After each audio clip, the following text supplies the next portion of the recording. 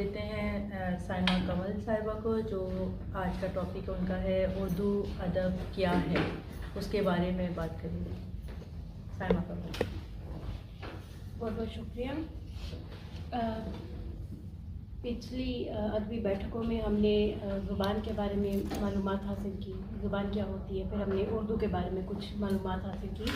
उसी सिलसिले को मैं आगे लेके चल रही हूँ और उसमें हमने आज अदबी बैठक है तो मैंने यही सोचा कि हम पता करते हैं कि आखिर उर्दू अदब क्या है, क्योंकि नॉर्मली समझा जाता है जी उर्दू अदब शायरी, जबकि सिर्फ शायरी उर्दू अदब नहीं है। तो मैं चाहती हूँ कि ये जो मकाला या मज़मून जो भी है इसको सिर्फ मालूमाती अंदाज में पेश किया गया है, हर चीज़ से बालातर हो के। उर्दू अदब क्या है? उर्दू तुर्की ज़बान का लफ्ज़ जिसके मायने लश्कर के हैं। उर्दू को लफ्ज़ के तौर पर सबसे पहले शहनशाह ज़हीरुद्दीन बाबर ने अपनी किताब में बयान किया और इसे ज़ुबान का दर्जा शाहजहाँ के दौर में मिला। उर्दू अदब की तारीख़ उर्दू ज़ुबान की तारीख़ से शुरू होती है। हर ज़ुबान की तरह उर्दू को भी समाजी ज़रूरियात ने जन्म दिया, जिसमें आहिस्ता आहिस्ता तहज़ीबी ख़यालात और अदबी तख्लीक़ात के लिए जगह बनती है।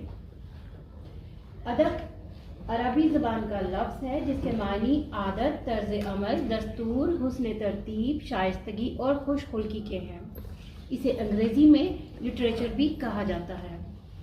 अदब तख्लीकी अमल, जज्बे, किसी भी ज़ुबान की दोस्त और जज्बात का खूबसूरती से लफ्ज़ों में इजहार है। अलावा ज़ेन अदब दो मायनों में इस्तेमाल होता है। बाअदब बानसीब, यानी दूसरों की इज़्ज़त, तकरीम और एहतराम। इसी तरह दूसरा है ये इंसानी ज़िंदगी और इससे वाबस्ता हर शय का मुताला भी अदब कहलाता है। बनु उमैया के दौर में अदब को शायरी और आला तहरीरों के लिए राइज किया और अब्बासी दौर में अदब को तहजीब और शहरी ज़िंदगी की शाइस्तगी के लिए इस्तेमाल किया गया।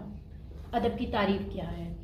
अदब की तारीफ़ में हम ये कह सकते हैं कि अदब की तारीफ़ ऐसी तहरीरें हैं जो दिलो दिमाग को सुकून दें, जैसे कहानी, नावल, अफसाना, नज़्म वगैरह।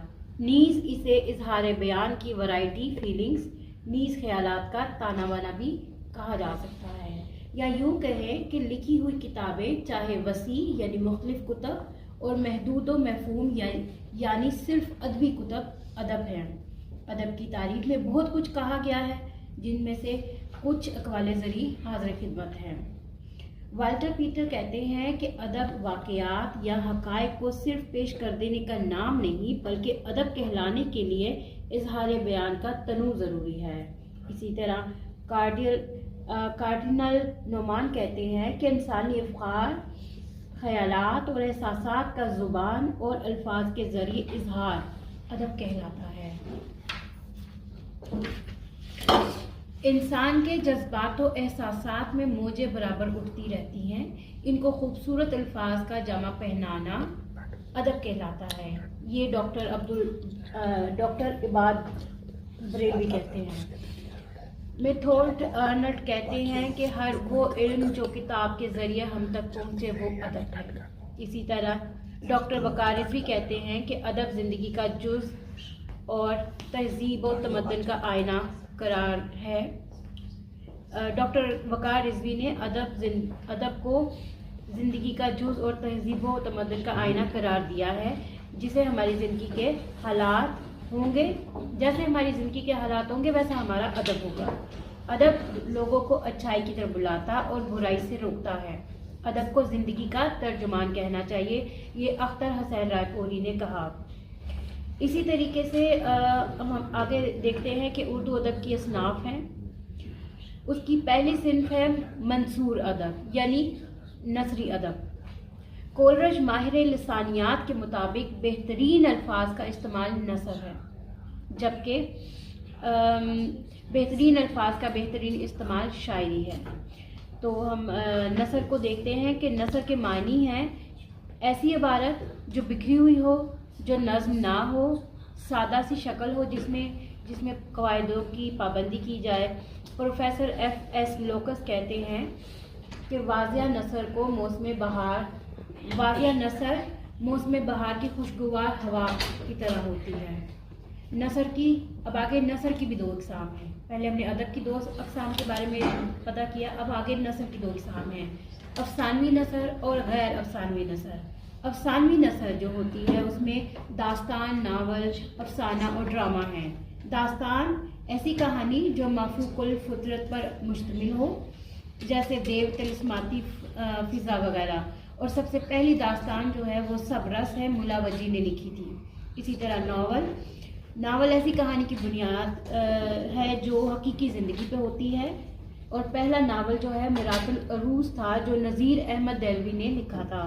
अफसाना, अब अफसाना नावल से छोटा होता है और इसमें ऐसी कहानी होती है जिसमें ज़िंदगी का एक पहलू बयान किया जाता है, एक कोई ख़ास पहलू बयान करते हैं तो अफसाना उसको कहते हैं। और ड्रामा, जैसे कि हमें इल्म है कि ऐसी कहानी जिसमें किरदार होते हैं, हरकत व सकनात होती हैं, मुकालमे होते हैं, तो उसको हम ड्रामा कहते हैं। और सबसे पहला जो ड्रामा था वो था गुरबत वतन सज्जाद हैदर का।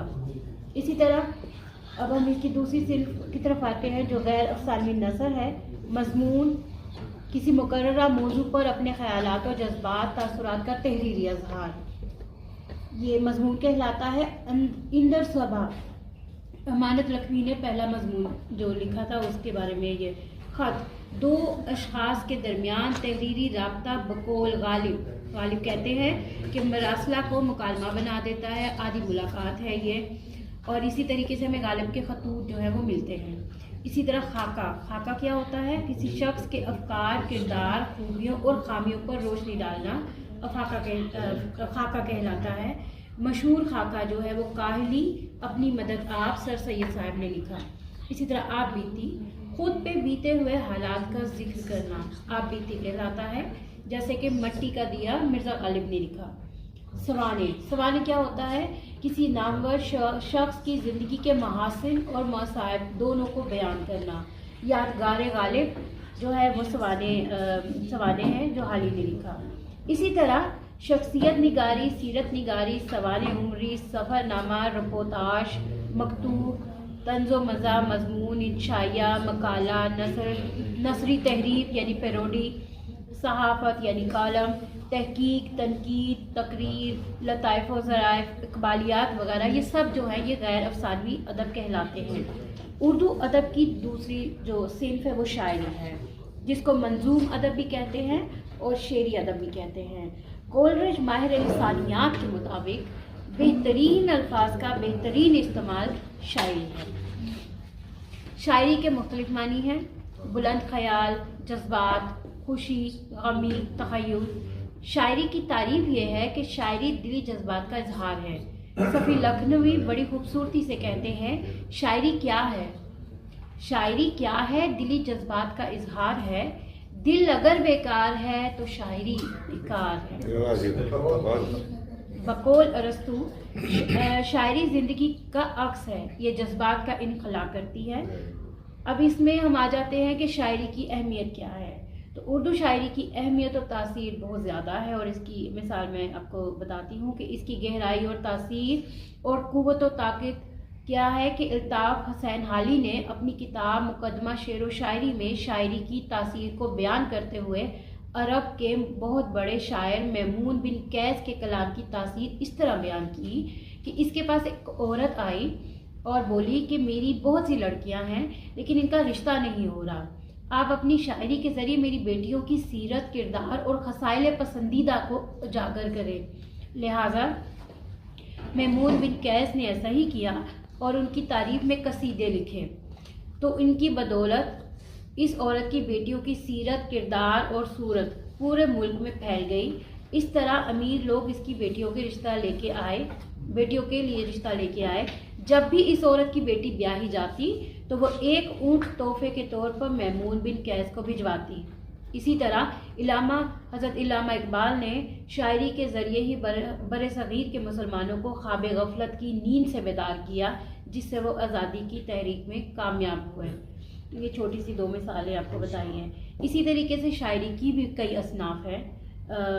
बिल्लिहाज मौजू में बता देती हूँ: हम, नात, मनकबत, मनाजात, गज़ल, कसीदा, मरसिया, शहर आशूक, वसूख़त, गीत, रेख्ती, हजू, तहरीफ यानी पैरोडी, تضمین، گیت، کافی، ریختی، فخریہ، صحرا اور رخصتی ہیں، اور باللحاظ حیت جو ہے وہ مثنوی، رباعی، قطع، مصمت، ترکیب بند، ترجیع بند، مخمس، مسدس، مستزاد نظم، پابند نظم، معرہ نظم، آزاد نظم، نثری نظم، سائنٹ، ترائیلے، ہائیکو، دوہا، بارہ ماسہ، ماہیہ، نغمانہ اور گوری وغیرہ ہیں۔ اس کی جو اسناد کی اگر تفصیل اگر آپ چاہیں گے تو میں اگلی دفعہ لے آؤں گی یا کچھ تھوڑا سا بتا دوں گی، کیونکہ ایک بہت لمبا موضوع ہے جو اس وقت کم وقت میں ہم اس کے اوپر زیادہ بات نہیں کر سکتے۔ بہرحال اردو ادب کے بارے میں ہم نے بتانا تھا کہ اردو ادب میں صرف شاعری یا غزل ہی نہیں ہے، یہ بہت وسیع ایک علم ہے۔ جی بہت بہت شکریہ۔